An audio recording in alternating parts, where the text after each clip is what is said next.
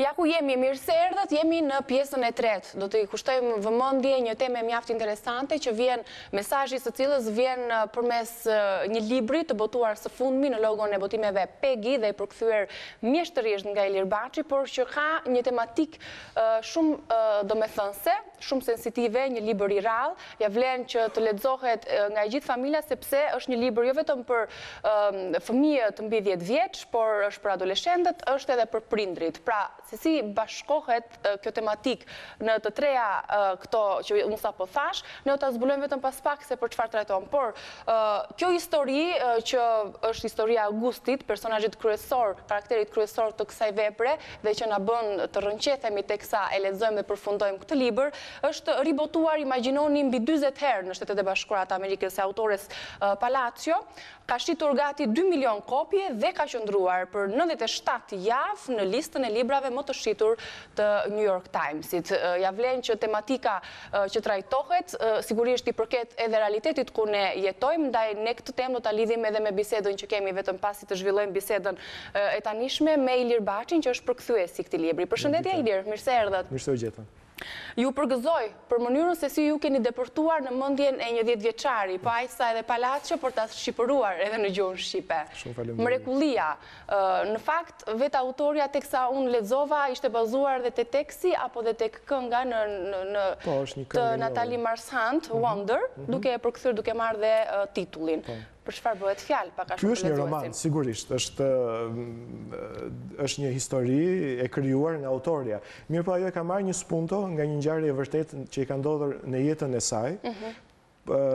Përpara se të shpjegoj ngjarjen e vërtetë të jetës së saj, dua që të shpjegoj që është një roman që në qendër të tij ka një djalë të veçantë. Djalë i veçantë sepse ai ka lindur me një sëmundje të rrallë, gjenetike, për shkak të së cilës ka keq formim të pjesës së poshtme të kafkës. Ndaj dhe kopertina ka këtë lloj figure. Dhe ka atë.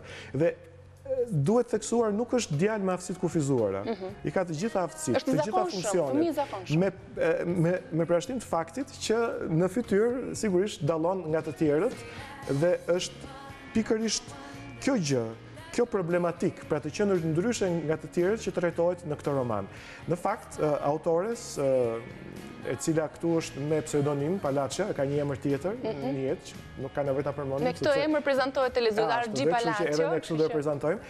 Në jetën e përditshme, kur ajo kishte qenë një herë në një lokal qendër tregtare, nuk e di, nuk e mbaj mend tani me saktësi, me djalin e vet 3 vjeç, djali i saj u ndodh pranë një vajze me këtë problem. Dhe ai u tremb, sepse u tremb, ishte ndryshe nga paraqitja. Dhe duke dashur që ta trajtojë temën, domethënë situatën në atë rast siç duhet, ajo e bëri dhe më keq. Pra e largoi djalin që mos krijonte një problem, një skandal, mirë po për këtë ndjeu një breng. I erdhi shumë keq dhe i premtoi vetes që ta trajtonte në një roman këtë çështje. I erdhi keq për reagimin e fëmijës së vet apo për atë që pa?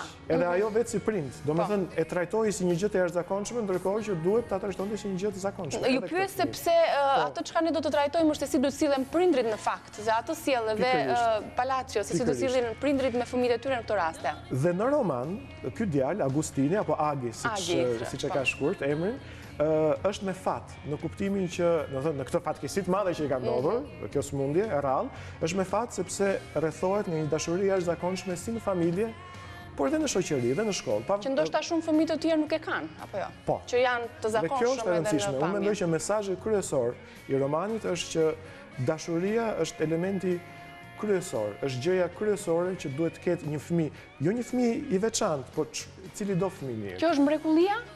Kjo është mrekullia. Në fakt, mrekullia aty ka disa, ashtu sikurse edhe vetë romani ka disa aspekte, ka disa dimensione, këndvështrime, siç biseduam edhe pak më përpara bashkë, edhe vetë titulli mrekullia, apo Wonder në anglisht, ka disa kuptime. Është mrekulli e Perëndis, është mrekulli e shkencës, siç e thot me shaka, sepse Agi, personazhi kryesor, ka kaluar shumë operacione plastike, por dhe operacione funksionale. Ishin 27 ndërhyrje kirurgjikale dhe ende nuk...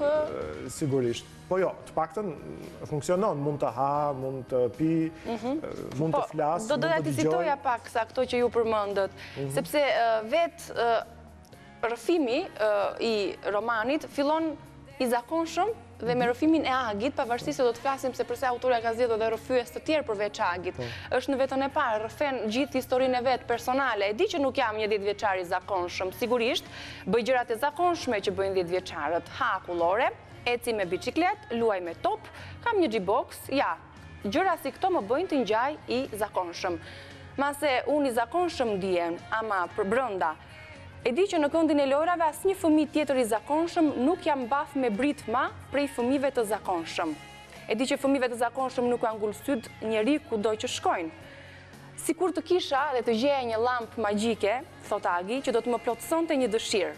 Do të doja të kisha një fytyrë normale që të mos binte fare në sy. Dhe diçka tjetër që më pëlqeu, në fund fare të prezantimit, a i thot, më quajnë Agustin, që ta dini më quajnë Agustin. Nuk po ju tregoj ç'pamje kam, por sa do të mundoheni të më përfytyroni, ka gjasa të jem akoma më keq. Këtu fillojnë përpjekjet që ai të gjejë një vend në botën që e pret. Është një libër që të prek që në fillim, por nuk vazhdon me këtë ton emocionues, prekës, mallëngjyes, sepse gjatë librit ka edhe situata satirike, komike, le të themi, ka humor, sepse dhe vetë Agi e ka marrë jetën me humor, se nuk ka kuptim që të mbytet në këtë problem që ka. Fal familjes, fal dashurisë, sigurisht, por edhe fal inteligjencës së tij. Thash, është fëmijë më se normal si gjithë fëmijët e tjerë. Pra, siç janë të gjithë fëmijët e tjerë inteligjentë, është ai kështu. Dhe më rëndësishmja është që libri përshkruhet edhe nga një lloj ndjenje jo fataliteti, pra nuk është libër patetik. Është libër që të mbush me shpresë. Është një libër shumë i bukur, por siç e thash, nëpër të është libër që edhe të mallëngjen, edhe të prek. Më kujtohet pjesa e vizitës së doktorëve kur i bie të fikët në mënyrë që të krijojë ato raste të humorit apo infermieres. Kur lind është historia që tregon mami i Agustinit. Kur ka lindur ky. Është shumë histori interesante dhe ajo thotë që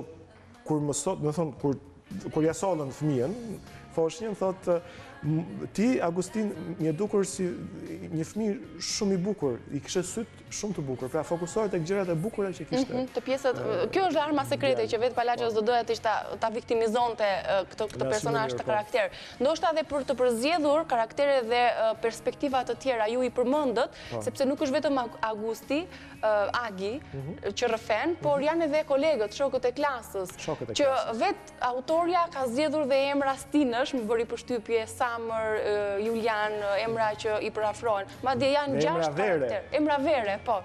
Për t'i dhënë ato optimizmi që ju përmendët. Megjithatë, sa e forcon karakterin ose që nuk e bën të jetë i viktimizuar vetëm Agi, përse ka zgjedhur dhe narrator të tjerë autorja? Së pari,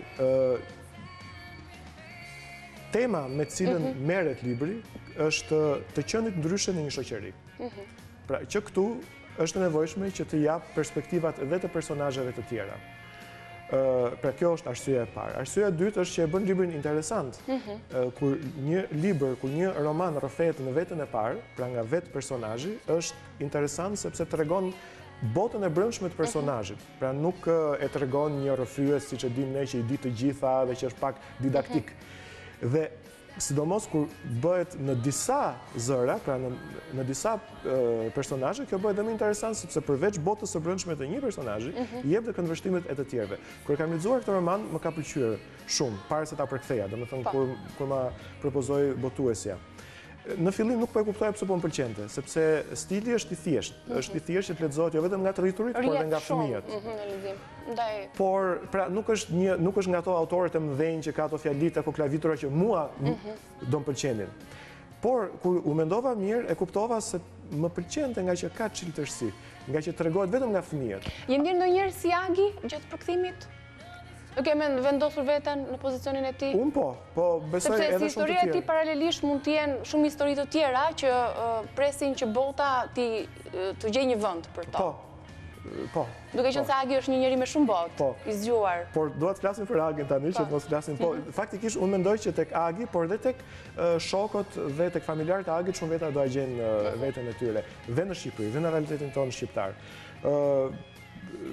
Pra, si që thash, fakti që më pëlqente ishte nga që kjo tregohet nga fëmijët. Dhe fëmijët mendojnë tregojnë më bukur nga të gjithë. kuptoj. Kur flasim që ky libër Mrekullia është për të gjithë familjen, është për fëmijët mbi 10 vjeç, për adoleshentët dhe për prindrit, sa duhet të më shohet këtij fakti, pyetjes dhe ides sensibilizuese të mënyrës se si ne duhet të sillemi ndaj të tjerëve kur ato kanë një problem të tillë si personazhi. Është një libër perfekt, mendoj unë, që mund të lexohet në familje. Mund të lexohet nga paralelisht nga fëmijët dhe nga të rriturit, madje është një libër i cili duhet diskutuar më pas, sepse në çdo klasë të shkollave tona ka fëmijë mbase jo si Agi, po fëmijë që kanë nevoja të ndryshme. Dikush mund të jetë për shkak sepse jo gjithmonë mendojmë për problemet e të tjerëve, por mund të ketë fëmijë që kanë disleksi, për shkak që nuk lexojnë dot mirë, që është ky një problem që mund të ndodhë. Mund të ketë fëmijë që mund të merret goja, mund të ketë fëmijë që mund të jenë pak më të shkurtër, ose pak më të gjatë. Pra, çdo fëmijë është ndryshe. Problemi është si trajtohet fakti të qenit ndryshe. A duhet trajtuar në mënyrë që këto fëmijë janë që s'duhen pranuar, apo duhet trajtuar si një gjë normale, që të jesh ndryshe është gjëja normale. Më normale në botë. Dhe vetë New York Times, megjithëse edhe një fëmijë si Agustini duhet të lihet i lirë të jetojë dhe të përjetojë betejat e jetës, afërsia e dur mes prindërve dhe mes fëmijëve është një forcë shndërruese që mund të përballojë çdo pengesë. Pra, arma kryesore dhe arma sekrete që u përmendët ishte familja, që e bënte më të lehtë gjithçka. Në një moment, për shembull, për shkak të problemeve që ka në shkollë, Agi nuk do të shkojë në shkollë. Nuk do të zbuloj shumë nga libri, por këtë gjë dua ta them, për ta ilustruar se si e trajton dhe autorja. Agi nuk do të shkojë në shkollë. Dhe këtë ja thot motrës, sepse me motrën, që është më e madhe se sa ky. Samër? Jo, motra është Olivia, Via. Via, po, shkurt, Via. Me motrën, ky ka një marrëdhënie shumë të veçantë.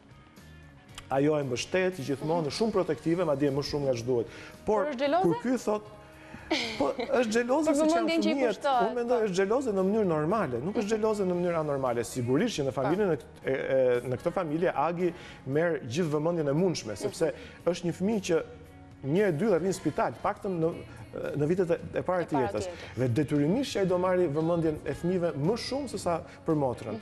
Dhe detyrimisht që ka një lloj xhelozie që mua më duket normale dhe që nuk do fshehur.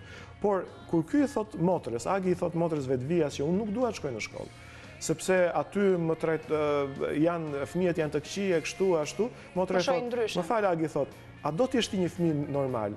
Agi thot, po, unë do të jesh një fëmijë normal. Po kjo është jeta normale. Në jetë normale ka dhe njerëz të këqij. Dhe ti duhet të përballosh, nuk mund të mbrohesh, nuk mund të rrethohesh nga një gard mbrojtës nga këta njerëz të këqij. Duhet të bësh ballë. Jepen mesazhe të shumta përmes narracionit dhe përmes rrëfimeve në perspektiva të ndryshme nga të gjithë personazhet. Ja vlen të lexohet sepse është për gjithë, për dhënë mesazhin, aq më tepër mesazhin brillant, kur ne mund të afektohemi nga historitë personale të gjithë secilit, po sigurisht është gjë më normale, duhet të bëhemi bashkë për të dhënë mesazhe të bukura. Faleminderit Ilir që erdhët në studio. Në çdo librari të Tiranës gjeni Mrekullia nga botimet Pegi, ditë zgjedh Pegi për lexuesin. Mos u largoni, ka një shkëputje shumë të shkurtër publicitare. Do të qëndrojmë brenda së njëjtës temë, por me një histori shqiptare, vetëm pas pak.